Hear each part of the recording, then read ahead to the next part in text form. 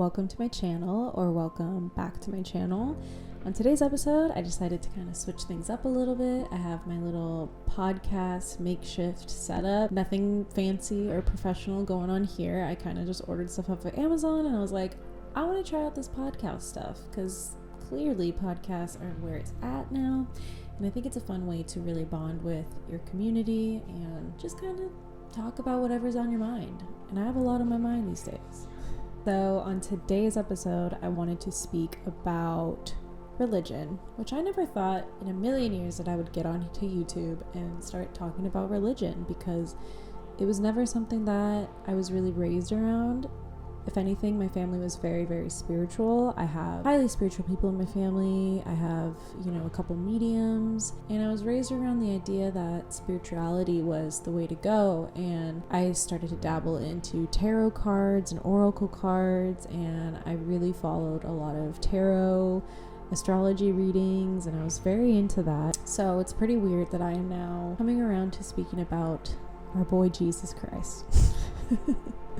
I don't know, there's so much going on in the world now that I can't help but feel the need to share my take on it. And some people might listen to this and be left feeling like, what the heck is she talking about? Like, she has no idea. So maybe that's what you'll take away from this, but I don't know. I'm just gonna go for it and say what I want to say, because I'm still learning as I go. And I think if anybody has any advice or how to navigate this or their take on the whole topic, let me know. So yes, I would say that I grew up pretty spiritual my whole life, and growing up I definitely felt very lost for most of my childhood, just because of parents getting a divorce. It's never an easy thing for kids to go through.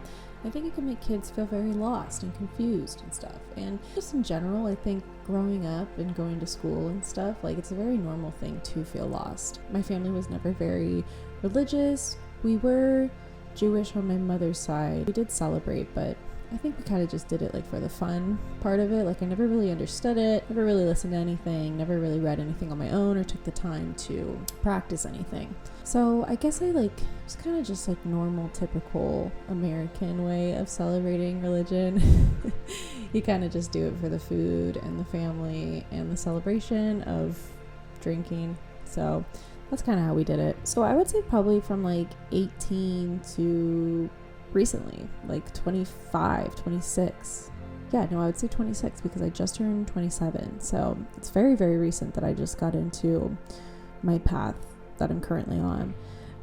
So I would say, probably from 18 to 26, 25, I was heavily into spirituality. Tarot cards were my god. And feeling empowered with myself was my religion, pretty much. And that path and that journey and that chapter of mine was really beautiful and did help me get through a lot of incredible milestones in my life. And I don't think that that's inherently bad at all. But I don't think that it was sustainable for me, because I still had a sense of emptiness that I was holding on to. And there wasn't a part of me that was fully feeling powerful enough or confident enough or healed or loved. And no matter how much self-healing I did or work, or I even went to see some Reiki healers, and therefore I tried my best to do what I could to feel like I was enlightened, I guess. I don't know. So then fast forwarding to about a year ago was when Sean and I, my boyfriend of almost 5 years now, we were walking by a park, and it said Jesus Christ, and there's people singing and dancing, and they're having their little sermon and stuff. So we walked by, and my initial reaction was ugh, I'm not going there. This is so goofy. Why are they singing about Jesus Christ? My first reaction was to kind of mock it and hate it. It was weird. And so Sean was the one that kind of encouraged me. He was like, let's just go check it out. What harm can it do? Let's just go check it out. It actually looks like a fun time. He actually grew up in a religious background, but since Catholic school kind of turned him away from it, because I hear Catholic school can be a little too strict for people and can make you feel a lot of shame and guilt. So I totally get it. He kind of steered clear from religion for a while, so it was kind of amazing timing. Like, we both were kind of ready to try something new, and it's not even that we consciously wanted to do it, it's like something just kind of pulled us into doing it. So we go, and I'm like kind of resisting it. I thought it was like fun because it was like out in the park, and I, liked being around people. It was like fresh out of the pandemic and stuff. We were actually still in it, so this was like actually pretty new for, a gathering to be going on, and for people to be dancing and having fun and being happy. So I was like, this is weird, but like this is really refreshing because we both needed that. And then I think we went a couple more times together, and then I kind of stopped. I was like, this isn't for me. I don't know. I was very resistant, even though every time I would leave, I would feel so good and like a weight was lifted off of my shoulders. It was hard to describe, but for a while I was really, really resistant. And then Sean kind of went in further than I did. He was going every single week and like very committed, started making connections with people and speaking to the pastor and stuff. But I saw a huge shift in him, and it really, really inspired me. So a couple months go by, and then Sean moves to Nashville, Tennessee, and then I completely fell out of it. I didn't go at all. I had no interest. I kind of dabbled back into my spiritual ways and was still just feeling sad and lost and confused and just that yucky feeling. So then I moved to Nashville, and I was there for about 4 months, I want to say. And then we moved back together, and that's when I really felt like something was calling me to go to church. And so I've been going like almost every weekend ever since. I don't know what happened, but I just felt really, really excited to be a part of that community. And every time that I would go and listen to our pastor, like my eyes were like locked on him. Like I didn't even want to blink. Like I was like just absorbing every single word that he was saying. It's pretty wild. So I don't really have like a crazy testimony or anything, or like some crazy life event that like led me to this. I think it was just like a slow progression of seeking something fresh, something new, and like peeling back the layers of healing and like discovering myself and whatever, finding my purpose, if you want to call it. I think everybody's experience is different, but I want to say ever since, falling into this religion of believing in Jesus Christ and God, it's really opened my mind up to what's going on in the world right now and what causes me to feel for so many years the need to kind of mock the idea of God or Jesus Christ. Even when I was spiritual, I felt like I was still trying to like turn my cheek to the idea of anybody mentioning those words or talking about their experiences or the idea of going to church. Like I just thought it was like all a big joke and like something that I would never do in a million years.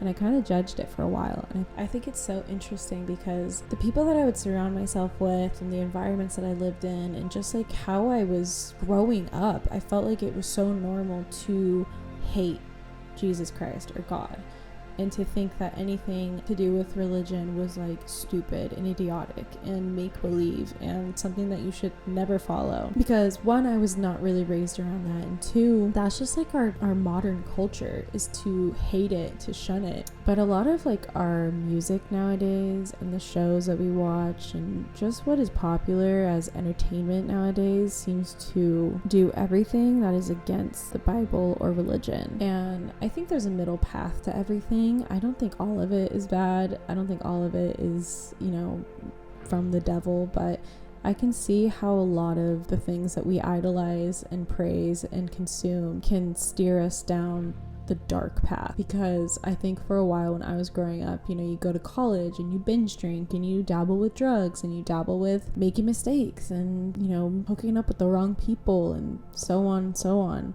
When you're young, you are so easily consumed to make the wrong decisions and go down the wrong path and be blinded by what is good, what is love, what is light, and what is healing. It took me a long time, but I just think it's interesting how normal it is to condone going down the wrong path, because the Bible has been around for ever, for so long, and people all around the world dedicate their whole lives to it, and it's never gone away. It's never changed. It's never gone away. So it's like, why don't we take the time to think, like, maybe there is some truth to this? Like, maybe there is. I don't know. Maybe there's not. Maybe I'm a total buffoon for doing any of this stuff. But you know why I keep doing it is because I feel called to it, and I feel like even if it's just all make-believe, it makes me a happier person and it makes me a better member of society. So I'm gonna keep doing it because the love that I feel now is like indescribable and something that I've never really felt before. I can see everything through a new lens, like a positive lens. I have hope, I have faith. Like whenever I start to feel really down about myself, or I start to question my progress in life or my success or whatever, I turn to God now, and it's like the biggest relief because now I stop taking on all of this pressure